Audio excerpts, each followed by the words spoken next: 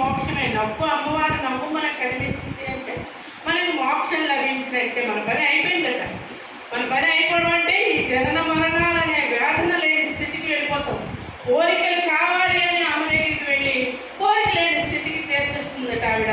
అదే కాదురా, ఈ కోరికలే కాదురా, ఒక పదార్థంలో వస్తువు ఒకటి ఉన్నది, అది తెలుసుకోవాలి, ఆ వస్తువుని తెలియజెప్పి మనకి మోక్షాన్ని ఇస్తుంది.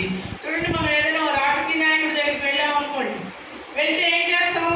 ఆయన గురించి భావం చేస్తాం. ఆయన మనం చూస్తాడో చూడడం మన పని అవుతుందో అవుతో మనం ఏదో పెట్టుకోవాలి ఆయన ఖర్చు. ఆయన ఏం చేస్తాడో చేయడో మనకి ఎలాగా మనం తెలుస్తుందో తెలియదో మనం అసలు ఆయన ముందు అని అనుకోని వెళ్తాము. ఆయన చూపు మన మీద పడగానే అబ్బా మనం చూసాడు రోయ్ అని చిన్న కొంచెం ధైర్యం వస్తుంది. తర్వాత నవ్వాడు అనుకోండి, మన ఆయన మన పని అయిపోయింది. మనం చూసి నవ్వాడు అంటే మన పని అయిపోయింది. అలాగే అమ్మ నవ్వు చూస్తే మన పని అయిపోయింది. ఇకపోతే శ్లోకాల్లోకి వెళ్తే ఫస్ట్ శ్లోకం ఇప్పుడు అమ్మగారు చెప్పిందే మళ్ళీ చెప్పుకుంటున్నాను. నాకు యజ్ఞం 5 రోజులు జ్ఞాన యజ్ఞం కాబట్టి ఫస్ట్ 2 చెప్పాలి. ఎందుకంటే అందులోనే మెయిన్ అంతా కాచి వడపోసేసి అందులోనే పెట్టారు ఆయన. ఫస్ట్ శ్లోకం ఏంటరా? కారణపరచిద్రూప కాంచీపుర సీమ్ని కామపీఠగత కాచన విహరతి కరుణ కాశ్మీర స్తబక కోమలాంగలత. ఫస్ట్ కారణ చిద్రూప, కారణంతో ప్రారంభించారండి. ఇందులోని బ్రహ్మ విద్య కూడా ఫస్ట్ కారణంతో ప్రారంభమవుతుంది. ఇది మనకి చూడండి, బ్రహ్మసూత్రాలు అనేది ఫస్ట్ చాలా హై నాలెడ్జ్ అన్నమాట. బ్రహ్మసూత్రాలు ఇది మనకి స్వామి ఇస్తారేమో. నెక్స్ట్ కోర్సు బ్రహ్మసూత్రాల్లోకి వెళ్ళాలని నా తాపత్రయం. మరి ఎంతమంది అందుకుంటారు అని. ఆ బ్రహ్మసూత్రాలలో ఫస్ట్ కారణాలతోటే స్టార్ట్ అవుతుంది అన్నమాట. అది వేదాంత విద్య, బ్రహ్మ విద్య లాస్ట్ ఎండింగ్ అన్నమాట. అటువంటి బ్రహ్మ విద్య ఫస్ట్ కారణాలతోటే ప్రారంభమవుతుంది. ఇది కూడా బ్రహ్మ విద్య అని తెలియజేయడానికే కారణాలతో ఆయన స్టార్ట్ చేశారు. ఏ కారణం? పరచిద్రూప. ఆ పరతత్వం ఏదైతే ఉందో ఆ చిద్రూప తత్వం. చిద్రూప అంటే మన శరీరం పిండాండంలోని లోపల ఉన్నది. ఆ చిత్ అనే స్వరూపం. పర అంటే అంతటా వ్యాపించి ఉంది. అందరిలోని అంతటా వ్యాపించి ఉన్న వస్తువు ఒకటే, రెండో వస్తువు లేనే లేదు. లేదు లేదు లేదు ఖండించి పడేసిన వేదాంతంతో ఉపనిషత్తులు అయితే వేదం అయితే ఉన్నది ఒకటే వస్తుంది. అందరిలో ఉంది, అంతటా ఉంది.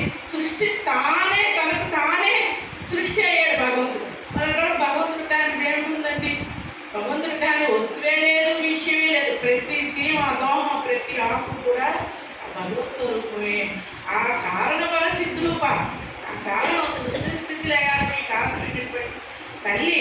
ఆ కారణపర చిద్రూప తనకి తానే అవ్యక్తం. ఆవిడ కంటికి కనిపించింది. బ్రహ్మ కనిపించినట్టు మనం ఏదో ఫోటోల్లో రూపాల్లో చూడరా కానీ కంటికి అంతవేరే కనిపించుకోదు.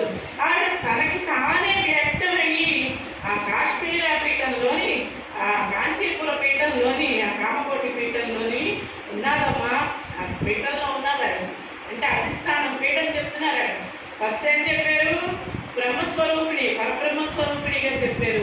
రెండోదేమో ఆ కాంచీపుర పీఠం అధిష్టానం చెప్పారు. మూడోదేంటి? కాచన విహరతి కరుణ. ఒక దయ తిరుగుతున్నది కాంచీపురంలో. ఆ పరమేశ్వరుని కారుణ్యము ఒక దయారూపంగా ఆ వీధుల్లో విహరిస్తున్నది. విహరణ అంటే ఏంటి? స్వతంత్రంగా స్వేచ్ఛగా విహరించడం అన్నమాట. విహరిస్తున్నారంటే ఒక ఆనందంగా తనకు తానే విహరించడం అన్నమాట. ఒక దయ విహరిస్తున్నారు. అంటే దయ వేరు, అమ్మ వేరు కాదు. అమ్మే దయ, దయే అమ్మ. కాబట్టి కాచిన విహరతి కరుణ. ఆవిడ ఒకనొక అనిర్వచనీయమైనటువంటి పరిస్థితుల్లో ఒక దయ తిరుగుతోందట. అక్కడ ఆవిడ ఎలా ఉందట దయ? కాశ్మీర స్తబక కోమలాంగలత.